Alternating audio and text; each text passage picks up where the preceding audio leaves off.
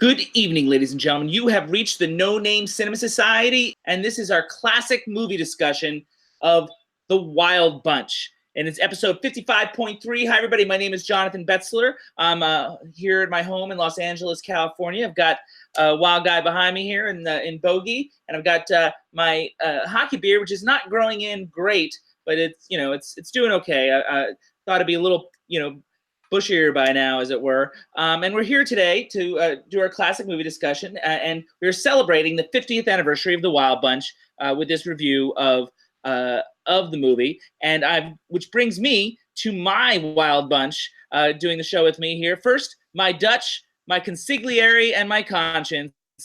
Ladies and gentlemen, Alex Evans is back with us. Hey, everyone. I thought he'd had something snarkier to say, but alas, not this time. And also, next, my Sykes, my old, annoying, but wise and loyal friend, the Jeopardy champion, Jim Carroll, is here. Hi. I'm a little disappointed I'm not Angel. I thought about it, certainly. Are you filled with murderous jealousy? All the time. He's been married so long, he's not sure who exactly he's jealous of. Everybody. But, freedom. I'm jealous of freedom. Everybody. That explains a lot.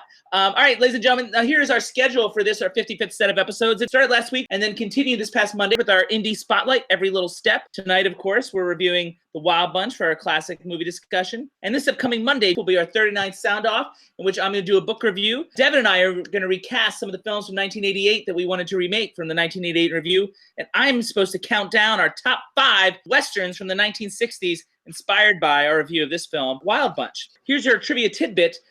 For this particular episode, our 2 most successful shows are reviews of obscure Westerns. And I said that our next classic was another Western, but a more iconic one that's celebrating its 50th anniversary. And that, of course, is Sam Peckinpah's film, The Wild Bunch. And our most successful shows so far, like I said, are 2 more obscure Westerns. Will Penny from 1967 just became our most successful show ever, passing a 1976 Western called Missouri Breaks, which features Jack Nicholson and Marlon Brando in the only film they did together. They're more obscure films, but those have been our most popular episodes for some reason. I don't suppose either of you guys have seen either Will Penny or the Missouri Breaks. Maybe as a child, but not at any time in living memory. Missouri Breaks in particular, I had that screening in New York, Jim, back when we made the screening room in New York. That screening was one of the wildest. It's a very crazy film. You guys should check out our review of it. Imagine Jack Nicholson and Marlon Brando together, and then throw in Randy Quaid and Harry Dean Stanton. That's the level of crazy you're looking at. Film directed by Arthur Penn. Glad I didn't crew that one. Exactly. I'm going to move on to the summary. You guys ready to jump right into it? Sure. Okay, summary time. Got a thumbs up from Jim. The summary might sound familiar within the genre. The Bunch and its leader, Pike Bishop, have robbed railroad tycoon Hannigan one too many times, and so Hannigan has put together a team of bounty hunters to end Pike and the Bunch once and for all. But Pike and the boys don't have enough to retire on, so they make a deal with a Mexican warlord to rob guns for him. They set off on their quest for that proverbial last score. Guys, how was that summary? I actually feel that you gave more backstory in the summary than the movie ever really directly lays out. Jim always struggles with opening thoughts as we segue to opening thoughts. He insists on having these paragraphs, not trusting that we're going to open that can of worms down the line. I'm going to start with you, Alex, because you are better at one-sentence reviews, and I want you to show Jim the right way to do it. Just to be clear, Jim, you've seen this film before, I imagine, yeah? Oh, yes, I definitely have. Okay, Alex, was this your first time? Third time. All right, so everybody's seen it before. Rewatching it, it is a classic. So Alex, one-sentence review. What'd you think of it? It is toxic masculinity run wild with a total lack of self-awareness. Total lack of self-awareness. That'll be interesting. I don't exactly know what he's referring to there, and I think I disagree, but we'll see. Jim. Well, now I had something, and now I have to tear it down because you kind of like. Is it good or bad, Jim? Just keep it simple. It is a classic movie of violence to everybody I still don't understand if you liked it or not. Yeah, I mean, this is one of my favorite films. That is a good opening statement. That's all I need for opening thoughts. It's one of my favorite films. So there you go. It's not a favorite of mine, but I do admire it. I do want to point out that before I give my opening thoughts, I always give the screening notes. We did the screening of this particular film on April 27th, 2017. It was a memorable screening because the power went out on my block, but only 3 blocks away, Devon's power was still on. So we moved the party over there and had the screening over there. The audience was, I don't want to say mixed, but they were impressed, but also uncomfortable with the film, and we'll get into that. And it sounds like that's sort of where Alex was at. I personally think it's a rich, thoughtful, cinematic, and important Western. I want to start with direction because I feel like it really starts with the style that takes the film over the top. I feel like Peckinpah's stylistic choices helped the film to rise above his previous works and other Westerns of this sort. I think the action sequences are masterful at the beginning, middle, and end of the movie. His use of slow motion that fetishizes the violence, while at the same time makes it more horrifying. Because after Howard Hawks, the great director of the 30s, 40s, and 50s, saw The Wild Bunch, he bragged he could kill 10 people off faster than it took Peckinpah to kill one in his movies. The zooms of the film feel a bit dated. They're artificial representation of space, but they were new and in vogue technique at the time. The film also has a terrific and detailed use of the mise-en-scène by Peckinpah. There are times when it feels like too much, a bit overkill, which may have been the point, but sometimes I feel like the point was hammered home, maybe a touch too much, but that's a minor quibble. It's borderline. So let's start. Alex, you're the one that didn't like it. Tell me about the style. I thought it was a well-made film, and it's not necessarily that I out and out disliked it. There's a lot of aspects of it I enjoyed. I didn't really have sympathy for either side, but I felt like it was a well-told story of both of the Railroad Baron team and the gang side.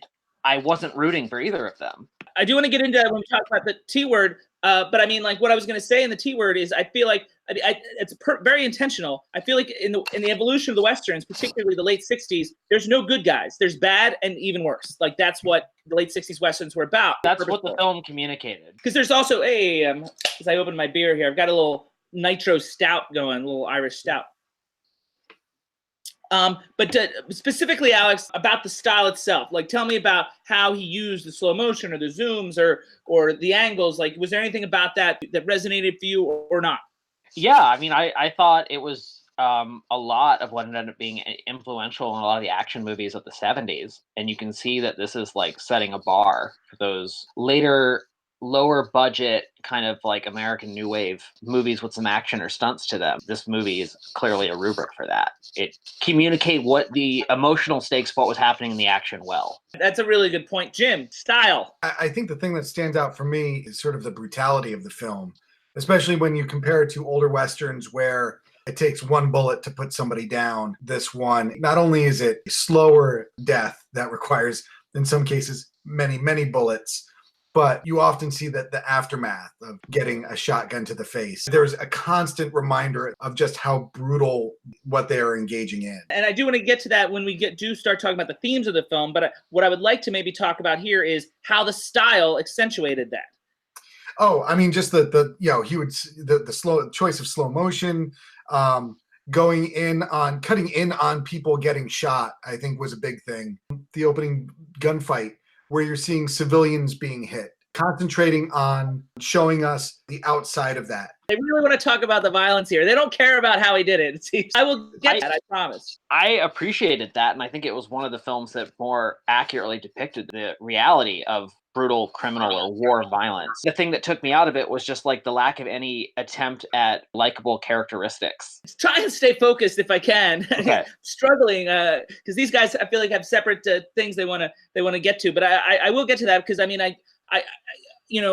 the other thing that because I like to start with the positive, and I think that for me, Jim, the thing that tells those stories, that makes those themes come to life, is the way that Peckinpah chooses to tell the story. Because I don't think it's necessarily inherent to the story. And another way that he does it is through his use of iconography, which is the next thing I wanted to highlight.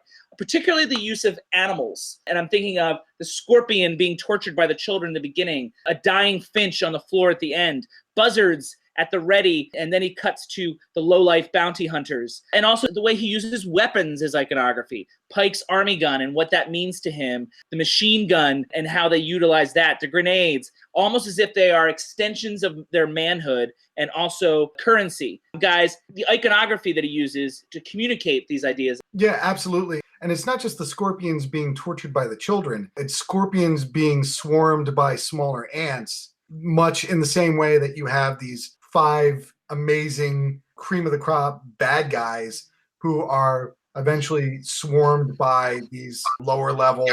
In role-playing games, we would call them the mooks. In terms of the larger point, the larger theme, there's something about the children, gathering on, like turning the scorpion over so that he can't defend him. Jim's saying the role of the children and the ants is interconnected. In a way, I was wondering if I think they're us.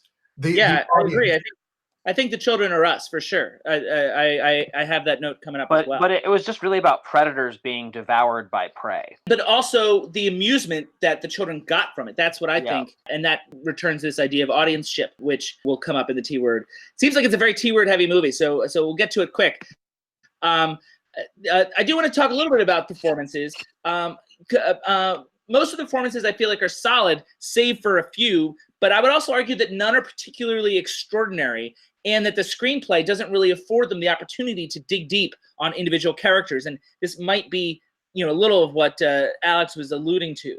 The film has larger things to say about the human experience, both in the Old West and in 1969.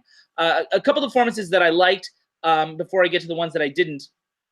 I'm frequently critical, or I have been in the past, about William Holden, in particular his movies of the 50s. He's the biggest star of the 50s. But this starts the second phase of his career that comes to fruition in Network 7 years later, which is the best work of his career by far. He's good here, believable in detail, delivering just enough nuance to get by. It's exactly what Peckinpah needed him to be. I wouldn't call it a great performance or fully three-dimensional. I think it's good enough. Alex, William Holden as Pike Bishop? I agree with you. I think there's just everybody's got to have their peg leg and an eye patch to show off that these characters are distinct. So you just have to ping pong with this dialogue of okay, I get one line of what this person's point of view is. And you even see it in ensemble movies like The Avengers now. And they did those flashbacks for a few characters was their attempt at it. I'll get to that. Tell me about the performance. Yeah, the story was so in the moment that there wasn't time for them to be super reflective about their past or present. They were just being who they were in the moment.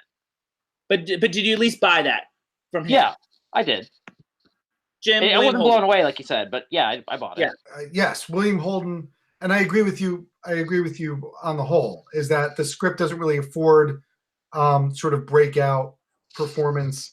Everybody was there to do their job, and I think William Holden did it great. I think Robert Ryan was.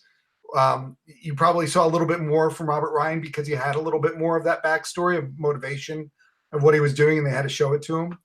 I thought Ernest Borgnine was my favorite because I felt like he got a little bit more out of his lines and out of those reaction shots that he had. I wholly disagree with you about Robert Ryan, and I'll get to that. He's coming up in my performances I didn't like, but Ernest Borgnine is my favorite as well, and I think he fares the best of any of them.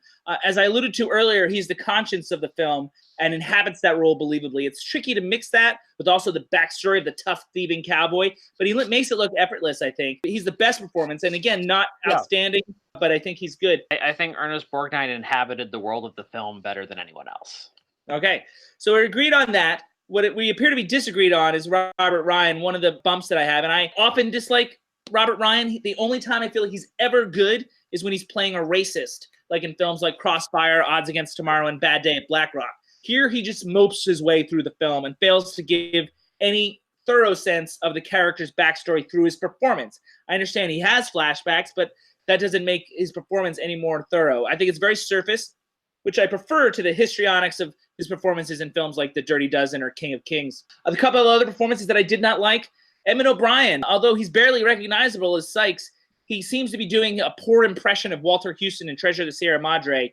Possibly intentional, possibly not, but certainly distracting. The other performance I didn't like is a small one, but Alfonso Arau is a little over the top, a little too much of the stereotype that he built his career on. I was waiting for his character to suddenly say, Joan Wilder. Those of you that know Romancing the Stone, thanks, Jim, for giving me a laugh there. Alex is just like, what is he talking about? I mean, I've seen that movie, but I don't remember it well enough to know him. He plays a guy in Romancing the Stones as Joan Wilder, the Joan Wilder. And then he's also the bad guy in Three Amigos, too. El Guapo. El Guapo, Okay. yes, exactly. You know, that stereotype that he played in Three Amigos and Romancing the Stone was still here, and it was a little awkward in the middle of this serious Western, Wild Bunch. Alex, break the tie on Robert Ryan as Deke Thornton. I thought he did the most he could with what was on the page. The script had the situations it wanted the bunch to get into, and then he had to write the villain to create the context for those situations to exist, as opposed to writing a villain that was driving the story. Jim, you disagree with my surface I comments. do, and I'll tell you, the reason why I think I liked him was because he knew there was no fighting. He knew that he could not fight his fate, and what you get through him in the little moments of talking to Harrigan about needing better men, realizing that when they shot at the army, that he could never go back. It's this sort of Sisyphus role where no matter how hard he tries, he knows that he's going to fail, but he's still forced to try anyway. And that's sort of what I got from him through this. I don't.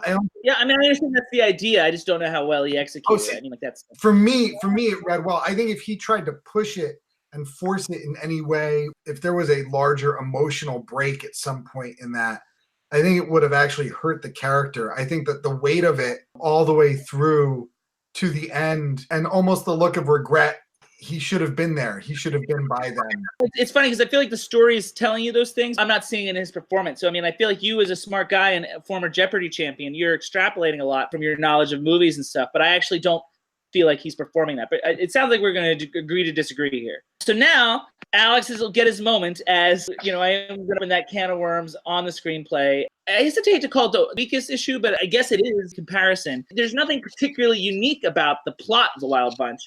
Many of its elements are tropes of the genre. And on Monday night, I've got to do a top 5 60s Westerns, of all time. And you'll see a lot of these elements come up throughout the top 5. A fed-up tycoon puts a band together to stop the outlaws. The bunch plans one final score. The colleague from your past comes back to haunt you. Double crosses galore. What makes the film unique is how Peckinpah interprets the material, but there's nothing, new about the plot itself.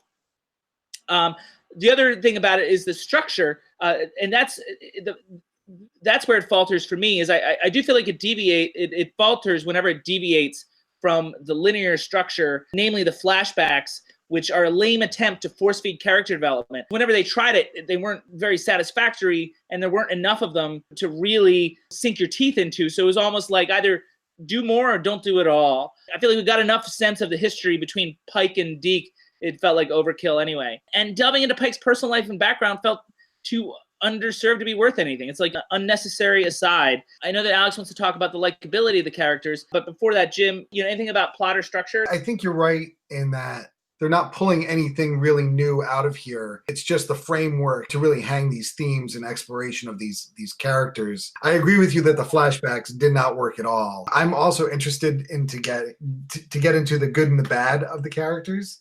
Or as I say, I'll call it the bad and the even worse. The bad and the even worse. Is that where you want to go, Alex, or do you want to first opine on what I was saying about plot and structure? Yeah, I would like to talk about the script a little bit. Okay, go ahead. Structure. I feel like this movie was written by like a guy who goes to Western conventions but isn't a screenwriter.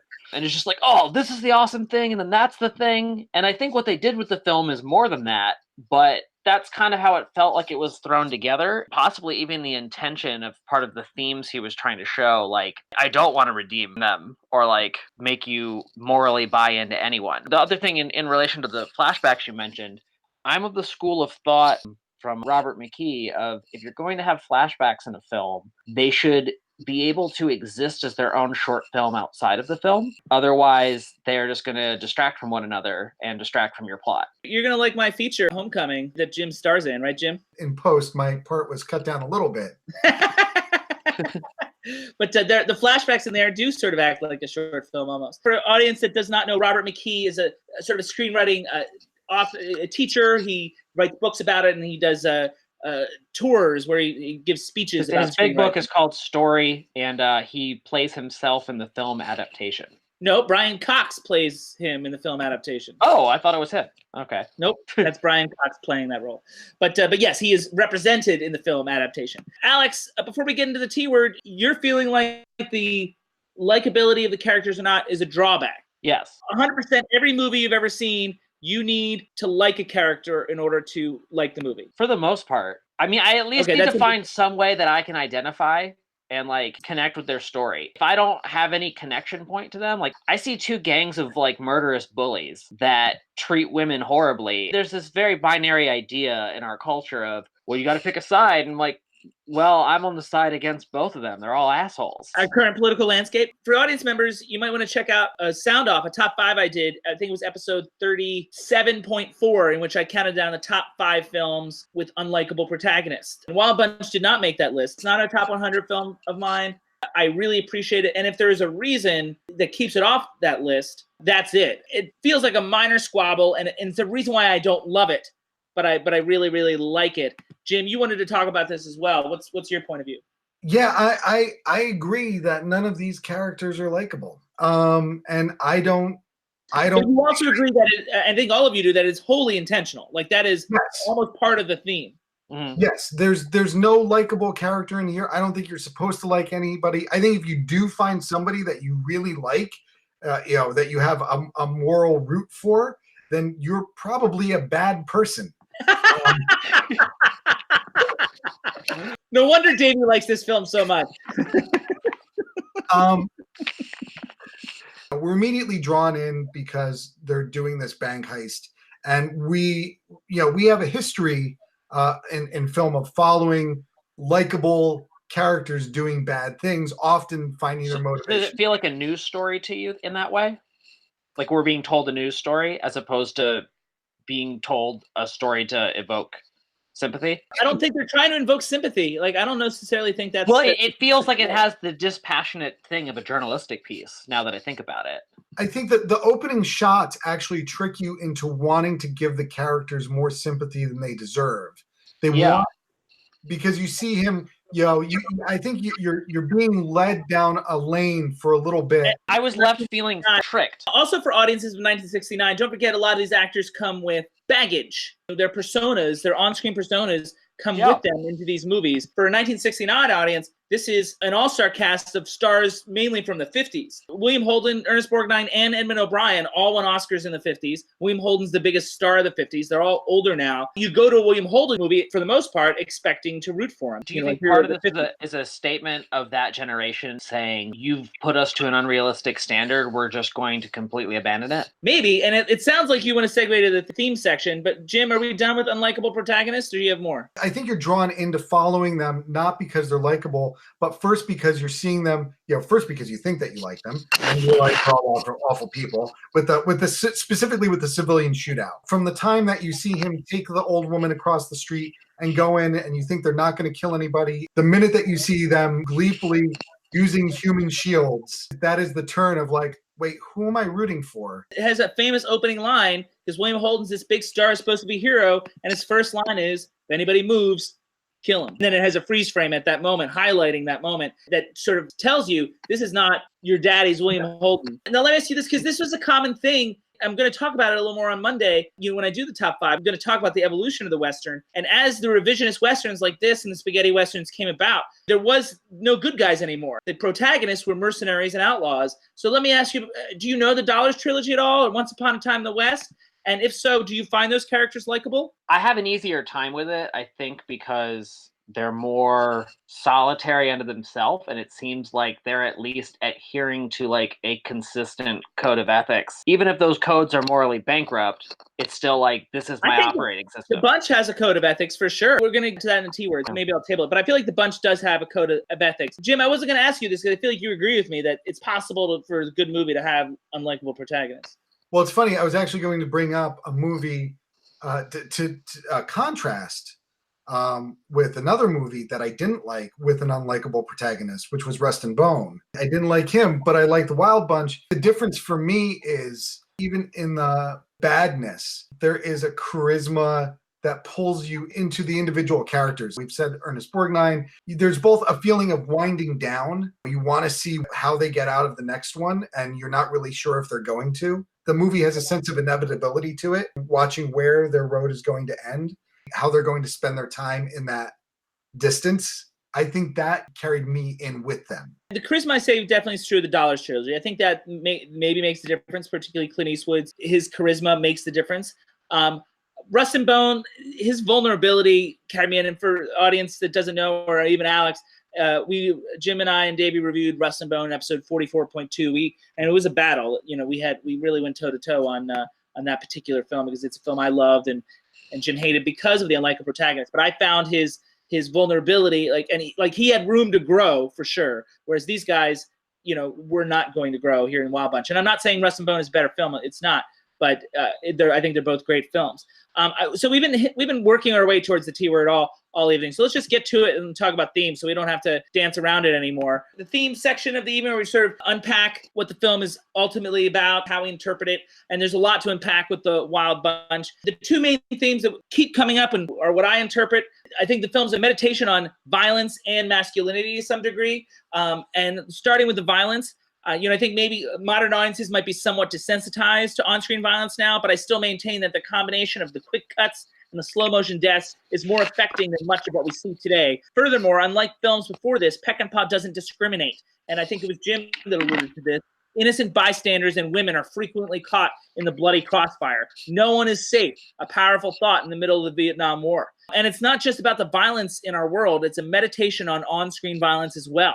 The perverse joy we get as audience members to watch and enjoy the violence, like children amused by torturing a scorpion and watching ants torture a scorpion. Whatever it takes to alleviate the boredom. And it's not just violence to other humans as well, but animals. The film wonders if there's something inherently violent within our nature, which is a dark, sobering thought. That is my interpretation, guys. Alex, what do you think about the meditation on violence? It sounds like you agree that it's there. I think it's there. For all those civilians and innocent women that are killed, like, I bought in and I cared.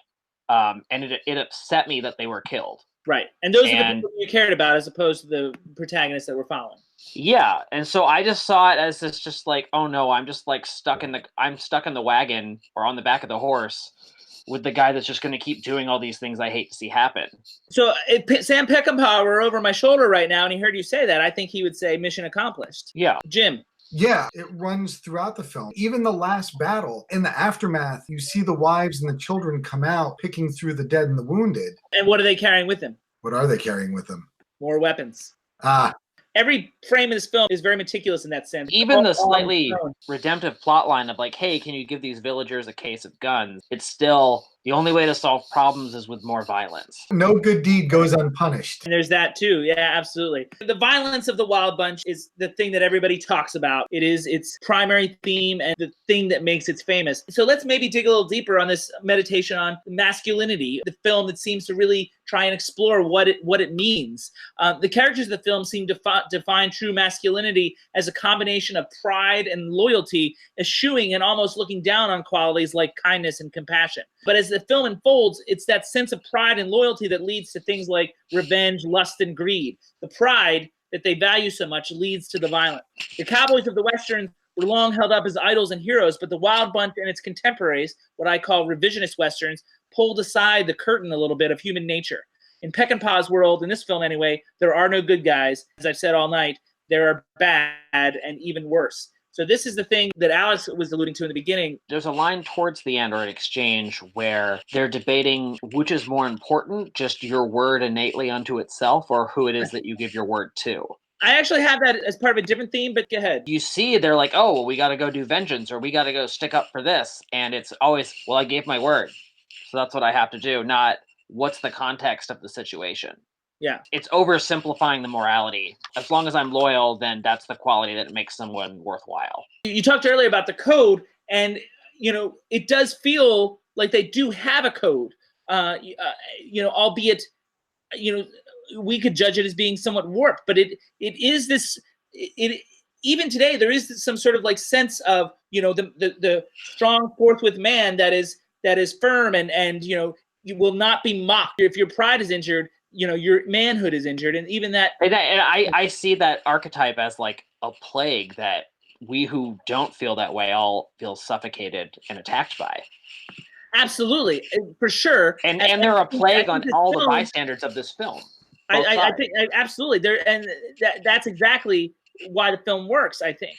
Jim, what do you think about this idea of like examining the masculinity of it? I think it's even broader than that. I mean, I think it's the masculinity is tied into the whole idea of this cowboy trope. But I mean, I feel like they're using the cowboy image as an examination of what defines a man. I think it's sort of the reverse. It's this mythology of the West that we're building, of these character archetypes that don't need to have too much personality. We just know that their word is their bond, and when it's they're going to do anything to do it, and what does that result in? This cowboy archetype that is the movie industry had been building since the 20s had its hand in defining for young men, for generations, the qualities that a man should have. Yeah, I think the Peckinpah part is he's burying the archetype. The masculinity is only part of that. Like the toxicity of that thing is only part and parcel of the whole archetype of the cowboy. He wants to kill off the whole idea of the cowboy as an honorable person, of like this noble outlaw, or to demythologize. He's taking classical mythological tropes like the glorious last stand of the hero, where even the people who kill them aren't given names or honors. They're shot from off screen. In the same way, in Greek mythology, in Greek plays, the hero goes and dies off screen. Right. I mean, I agree with all that, but it sounds like you're agreeing, but you're saying it's even more than that, which I don't disagree with. But you also see that it is sort of reflecting on how the cowboy, or the image of the cowboy, has influenced culture to the point of defining what manhood is expected to be. Oh, absolutely. In as much as the Western had that hold over the culture of the mid-20th century. Look at the Marlboro Man. Exactly. So Alex brought up earlier the Ernest Borgnine line, and that's the third theme that I had, and it's basically anti-establishment. And I'll talk about this on Monday as well, but in the revisionist Westerns of the late 60s, the heroes moved from being the law in Westerns of the 40s and 50s, High Noon and the like. The cowboys weren't good guys. Instead, they were mercenaries and outlaws, the protagonists of these films. And there's a constant reference in this particular movie to a lack of trust in government. At one point, Pike tells the Mexican warlord he has no love of the American government. Dutch, as Alex said, explains that it's not just that you give your word, it's who you give your word to, and it better not be the man, to use a 60s phrase. The law wasn't trustworthy, so we're all on our own. And that sentiment would have really resonated with American youth in the late 60s, along other films of the era like Bonnie and Clyde and Easy Rider. This fits in with that milieu of anti-establishment films. It doesn't even give too much slack to the disestablishment. It doesn't matter what side you choose, they're all corrupt. And that is an interesting point, and maybe that's one of the things that Alex, was alluding to in having trouble with it. It's not just a lack of of likable character, but there's a certain, it's very nihilistic. It's a limit of hope. What's that, Alex? I found it very nihilistic, and that there's no like self-betterment. There isn't a standard to try to like do examination to become better. I'm totally unapologetic for it. There's no solution suggested. It's a movie suggesting all this stuff is bad, but what is working? Like there's no alternative.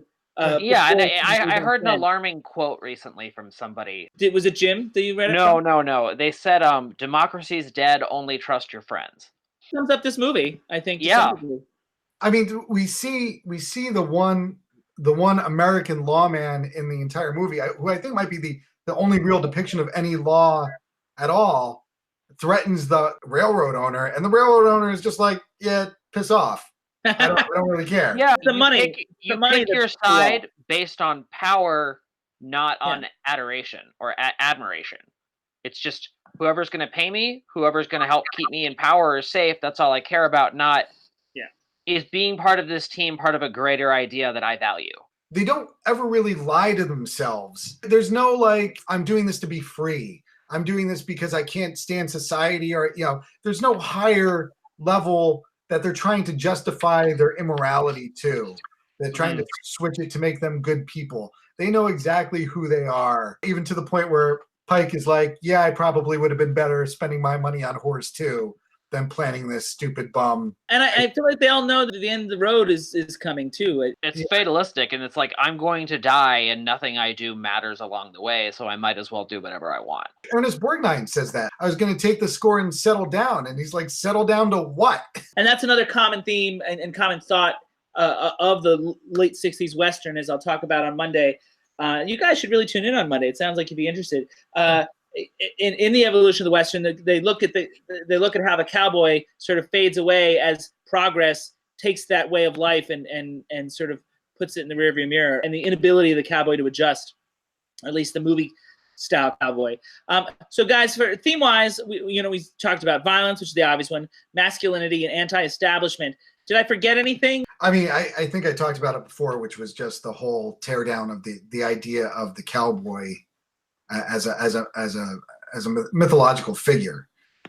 Okay, so audience-ship of films and westerns and the idolatry of. I do think that's part and parcel of the masculinity concept. But Alex, I was going to say one of the things is it's just made me think of like the word pagan comes from the Latin word paganus, which is what Roman legions would refer to the indigenous people of whatever area they were occupying.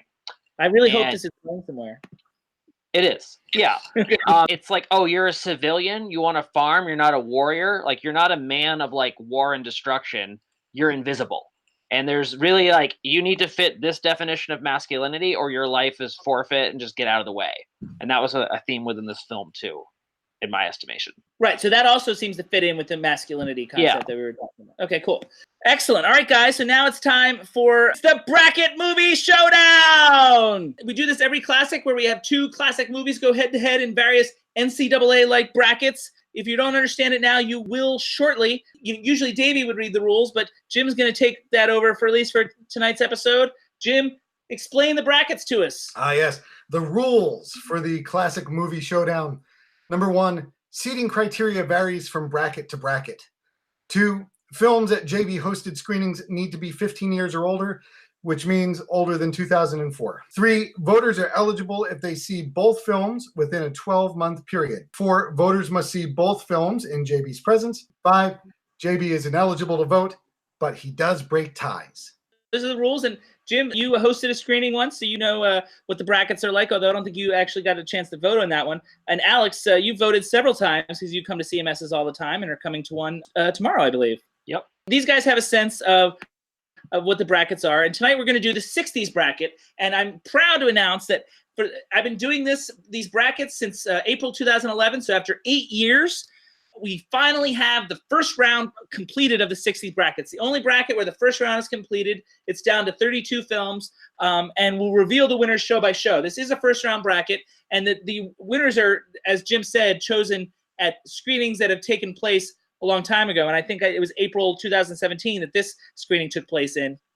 So I now reveal the bracket to you. The Wild Bunch is a 12 seed, and so those of you that know your brackets, Alex, 12 seed would go up against a what in a first round? What number seed? 6? Nope. Jim? 4. Wow. They both missed it at 5. It always adds up to 17 in the first round. 12 goes up against the 5 because there's 16 in each bracket. So a 1 goes up a 16, 2 against 15. So 12 would play a 5. And here's what Wild Bunch goes up against. Our 1966 film, Who's Afraid of Virginia Woolf? That is the bracket this evening. It's the film that Davey, J Money, and I all named the best film of 1966 when we did our 1966 in review, so it was a big film for us. It is what goes up against the Wild Bunch in this particular bracket in the 60s, so it could be an intense vote. Again, the vote has already taken place, but I am going to let these guys opine. And what's exciting about this is Alex had never seen the film before and watched it just to vote tonight. So it'll be interesting. Jim has seen it many times, I believe. Yes. And I'm feeling I know where he's going to go. Wild Bunch versus Who's Afraid of Virginia Woolf? Well, first of all, I think it is really interesting. These movies, I think violence is a topic that you can discuss with both of these films. And unlikable characters. Who's Afraid of Virginia Woolf, I think, is the violence we do to each other, to the people that we love the most. I mean, for me, there is not much of a choice. And I don't. Do you want me to tell you which way I'm going on this right now? I mean, I already know, but I mean, tell me. I love the Wild Bunch, but Who's Afraid of Virginia Woolf is head and shoulders the better movie. Wow, because you started tonight by saying Wild Bunch is one of your favorite films, so I am surprised that you went here. Tell me why. It delves deeper into character. We talk about the brutality of the Wild Bunch. This film is absolutely brutal to all of the characters. You have an understanding of who these people are in a way that I don't think you are expected or was intended with the Wild Bunch. In the ugliness of their lives, there is just it's a beautifully shot movie. And highly cinematic for a movie that only has 4 people in it. Shot by Haskell Wexler, who ended up getting blacklisted from the industry for fighting against 12-hour days and people driving off the side of the road from sleep deprivation. Yeah. And Haskell Wexler, one of the all-time great cinematographers. Yeah. Who supposedly taught Mike Nichols how to direct a movie by many accounts. And I guess he did pretty good on that front as well. Jim prefers Who's Afraid of Virginia Woolf. Surprise there. I have no idea where Alex is going to go because I lent him my DVD to watch this film for the first time. So, Alex, more unlikable characters. What do you got? Who's Afraid of Virginia Woolf or The Wild Bunch? I'm going to vote for Who's Afraid of Virginia Woolf. Okay. All right. Now, was it? Did you like the film or do you just like it a little bit better? I really enjoyed it, and I could see how much care was put into all of the performances and every line. It really felt like a play and made me want to see a stage production of it. All 4 characters in the film get developed. I almost feel like the civilians and women that get killed and stuff, that's essentially who the younger, like George Segal's couple is in Who's Virginia Woolf, but you get to know them too. Yeah, they're not innocent bystanders. Like, if you want to make a world where everyone's evil, you can't have some innocent bystanders. Like, show me how rotten everyone is to validate why the world's evil. I guess if I'm thinking of a movie as like a thesis paper, that you're not properly supporting your thesis if you're inconsistent in that way. Interesting. Okay, for what it's worth, I didn't vote and I didn't need to, but I also would have chosen Who's Afraid of Virginia Woolf. Obviously we all named it the best film of 1966. Although if David were still on the show, he would definitely pick The Wild Bunch. He'd been waiting for this show to come up. He left the show before it did, but it's interesting that he misses it. But, so there are a ton of people out there that I think would choose The Wild Bunch. Let's see if they came to the screening. So it's time to reveal the winner. Okay, here we go. The winner is Who's Afraid of Virginia Woolf. Does move on. The higher seed does make it. So if you add these guys in, it is unanimous with everyone that I polled. And I was relieved to some degree and surprised because, like I said, I'm a fan and I prefer Who's Afraid of Virginia Woolf. I think it's a masterpiece. The audience, for them, it was a lot closer of a call. Like, there was a long discussion back and forth about it before the vote because they liked both films and both films made them uncomfortable. That was part of the disconnect. If I had to summarize the audience reasoning for Virginia Woolf, it seems to be that in spite of how dark it was, they found the characters more relatable. And I think Jim sort of alluded to this. As dark as they were, they could see pieces of themselves in George, Martha, Honey, and I forget the George Segal character's name. Nick, I think it is. Yeah, there was a logic into how they got to be the way they are. Absolutely. Character development is frequently a disconnect, or relatability anyway, is frequently a disconnect with Westerns in general. It's a whole different world, and a lot of its themes are based in a certain mythology. I think the other thing that people reacted to is that the performances in Virginia Woolf are so strong, and that went such a long way in the vote and sort of tipped the scales a little bit. And Jim, I think you can agree with that. Yeah. Not only did we name Virginia Woolf Best Picture of 1966, but we also had Richard Burton as Best Actor and Elizabeth Taylor as Best Actress. And I think we also had George Paul as Best Supporting Actor. So really liked it. Go ahead, Alex. I was going to say, it's interesting to me that in Tennessee, I read a story about how the sheriff's department confiscated the reel of Who's Afraid of Virginia Woolf because it was too offensive to show. But the Wild Bunch was fine to show there. Like, this grotesque violence is okay, but the real problems people have in a marriage or a family is considered inappropriate for the public. That's such a statement on how repressed we are. Yeah. Right. And also, I mean, like, there's overt sexuality in Virginia Woolf that was pushing the limits of the time as well, I would imagine. Yeah. Doesn't surprise me in Tennessee they want to see some gunslinging and Yep. not verbal. Lots of feeling slinging. Yeah. Specifically, it was, you know, the sexuality that's being put forth in Who's Afraid of Virginia Woolf is infidelity and a sort of that the woman has some sort of sexual agency. Sexuality of the Wild Bunch is, here are some whores. I was gonna say, like, but there was like room for you to hear the real voice and perspective of the woman who did the infidelity or had those feelings. Right. Whereas it's just, this woman was not loyal to me by my definition of loyalty. She deserves to die. Like, he just shoots a woman for being attracted to another man.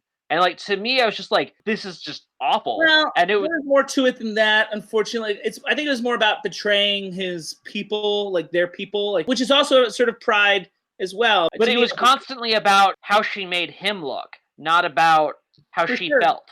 I mean, like, it was not a consideration at all. It wasn't even a consideration. Pride that we talked about, but a lot of it was pride in the village and, you know, and this sort of national pride that is a danger to us. This MAGA thing is a danger. It's an issue of pride. The glory of Rome, yeah. It's misguided. There's a difference between being prideful and being patriotic. You know what I mean? It's the problem of worshiping a mythological group identity as opposed to actively participating with other people. Yeah. All right. On that note, it's time to close things. Time to close things out. So there we go. That was our discussion of the Wild Bunch. But it has been eliminated. And wait do you guys see what Who's Virginia Woolf goes up against in the second round of the 60s bracket. We won't get to that for a while. But Alex, closing thoughts. I definitely see why the Wild Bunch is a milestone in the history of Westerns being made. And I think it did change the tone and, like, open the doors for those 70s Westerns. And there's not as many of them 70s Westerns, but for sure. Yeah. Jim, closing thoughts. Yeah, I mean, the Wild Bunch it's why it's one of my favorite films. And as you can see, Who's Afraid of Virginia Woolf might be a little bit higher than that. But it is, there's so much to talk about with this film. And that was why my opening thought talked about how rich it was. It's full. It is a full film. Yeah. At least thematically. And where it's lacking is character development and some, you know, plot elements. So that's what we've uncovered here tonight. And tonight, of course, we're celebrating the 50th anniversary of The Wild Bunch. Our next classic turns 30 this year and was much discussed this past Oscar season because of its connection to one of this past year's major contenders and winners. Our next show, however, is our Sound Off, which I'm going to do a book review. Dev and I are going to recast some of the films from 1988 that we wanted to remake, and I'm going to count down my top 5 Westerns of the 60s. You guys can find out if the Wild Bunch makes it. So that does it for this edition of the No Name Cinema Society. We will see you in just a few days with our Sound Off.